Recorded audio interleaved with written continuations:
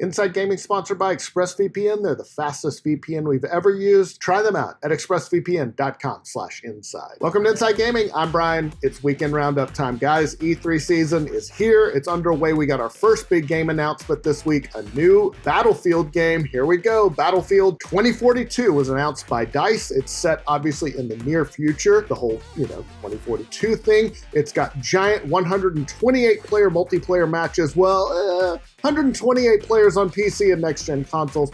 PS4 and Xbox Ones are going to be capped at 64 player matches. In a blog post, Sony said the game, quote, continues the series' ambitious trajectory of incorporating cutting-edge tech to increase the size and density of its sandboxes while retooling and expanding its vast armory of gameplay modes and mechanics. It'll have one of the biggest maps in the series to date, and it'll feature real-time unpredictability of extreme weather systems along with enhanced terrain deformation. Again, set in the near future, 20 years from now? 21 years from now, with societies crumbling in the face of violent climate changes and diminishing resources. Although they took pains to note that just because climate changes in the game, it's not political. Yeah, okay. Stateless soldiers called NOPAT specialists now fight on behalf of the remaining superpowers. So what are these specialists? Well, they're named characters inspired by the traditional Battlefield classes, but they've got added abilities. They'll complement the existing class system that you know and love in Battlefield. They're going to add more and more as the game progresses. It's live service stuff. You get it. The game brings Battlefield's traditional conquest modes, breakthrough modes, and will add a hazard zone that's a squad-based mode that DICE says is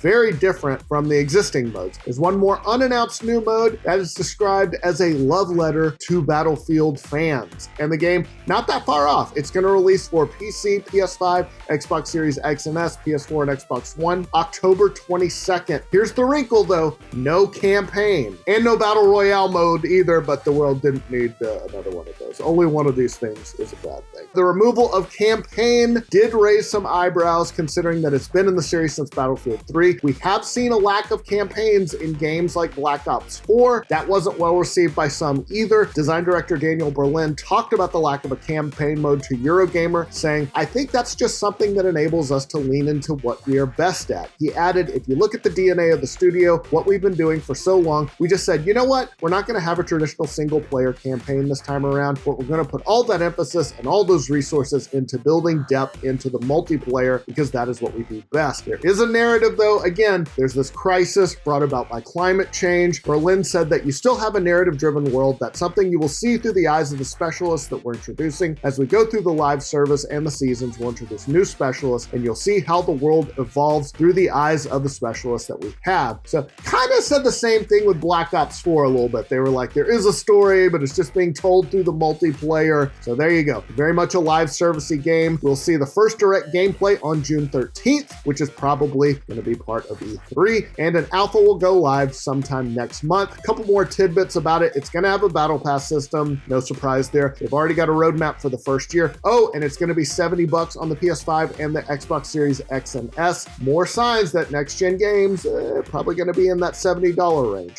All right, we'll get to the rest of the news in just a second. But first, guys, let's talk HelloFresh. Shout out to our longtime sponsor, HelloFresh. Guys, who has time to plan meals and drag themselves to the grocery store, especially when there's a cheaper option when all the work is done for you? Yes, I'm talking about HelloFresh. They send you fresh, pre-measured ingredients, mouth-watering seasonal recipes right to your door. Skip trips to the grocery store. Count on HelloFresh to make home cooking easy, fun, and affordable. That's why it's America's #1 meal kit, guys. There's a reason. And it's a better value than those grocery trips. HelloFresh, 28% cheaper than shopping at your local grocery store, 72% cheaper than a restaurant meal without sacrificing the quality. HelloFresh offers the flexibility you need to easily customize your order within minutes. I've made burgers, stir fry, all kinds of stuff. They give you a big old chart to go through, like here's how to do it. I wasn't really good at cooking, but it walks you right through it. and it's cool. You can be proud of yourself. You actually cook something.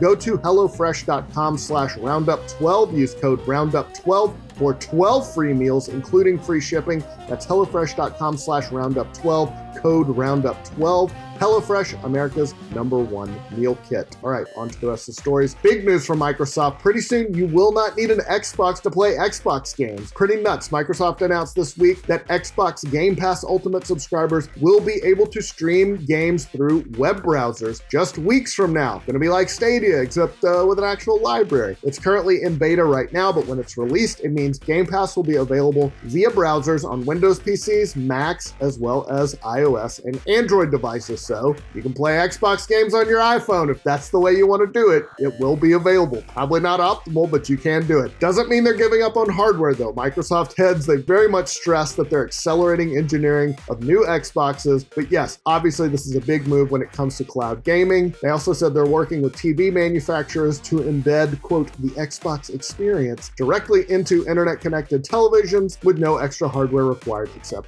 a controller. Crunch has been a huge issue in the industry. Lots of big-name game studios accused of overworking employees. Happily, though, that does not seem to be the case with Ratchet and Clank: A Rift Apart. Multiple employees of Insomniac Games have said that the game was made in a crunch-free environment. This came from a couple of tweets from various employees. Game designer Grant Parker tweeted, "I can't speak for anyone on the team but myself, but I didn't crunch once. 40-hour weeks the whole time. It is possible to work on a great game without suffering." Another staffer, animator Lindsay Thompson, agreed, said, "I didn't crunch once. Entire production, it is possible. Team wellness lets the creativity flow free." And Insomniac narrative coordinator Justin Fennessy replied to Thompson and said, "And those few late nights don't even feel like work when you're having so much fun making the damn thing." So there you go. It's good though, and the game is getting very good reviews. It's got an 89 score on Metacritic.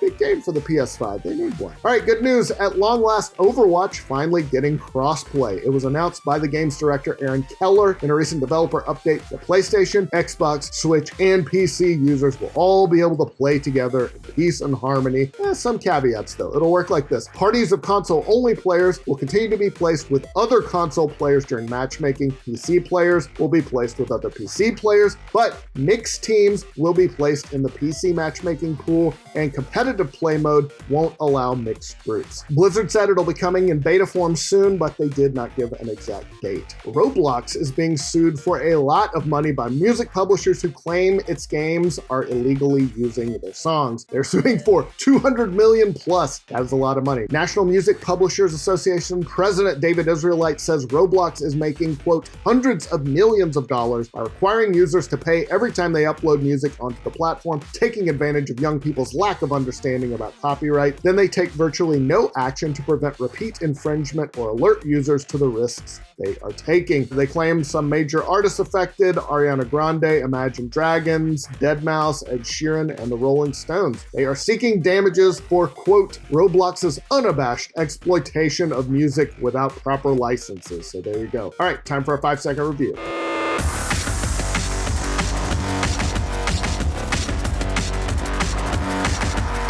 Yeah, I'd love to review this game. Still do not have a PlayStation 5 though. I really want one now, but I don't have one. I'm not gonna pay a scalper.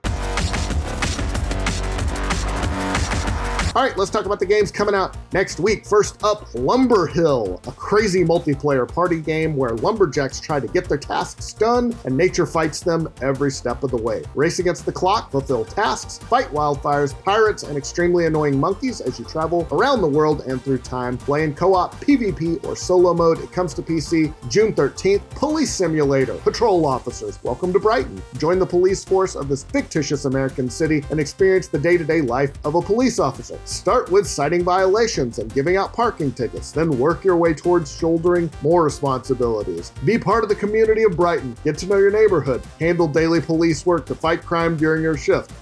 All right, it comes to PC June 17th. Roguebook, embrace the challenge of a roguelike deck builder with unique mechanics. Sounds like Slay the Spire. It sounds like Slay the Spire. From the developers of Faria and Richard Garfield, creator of Magic the Gathering. Okay, that's some legit stuff. Build a team of 2 heroes, unleash powerful combos, and defeat the legends of the Roguebook. It comes to PC June 17th. That's all I got for you this week, guys. Hope you're having a great week. Enjoy E3, and we'll see you soon.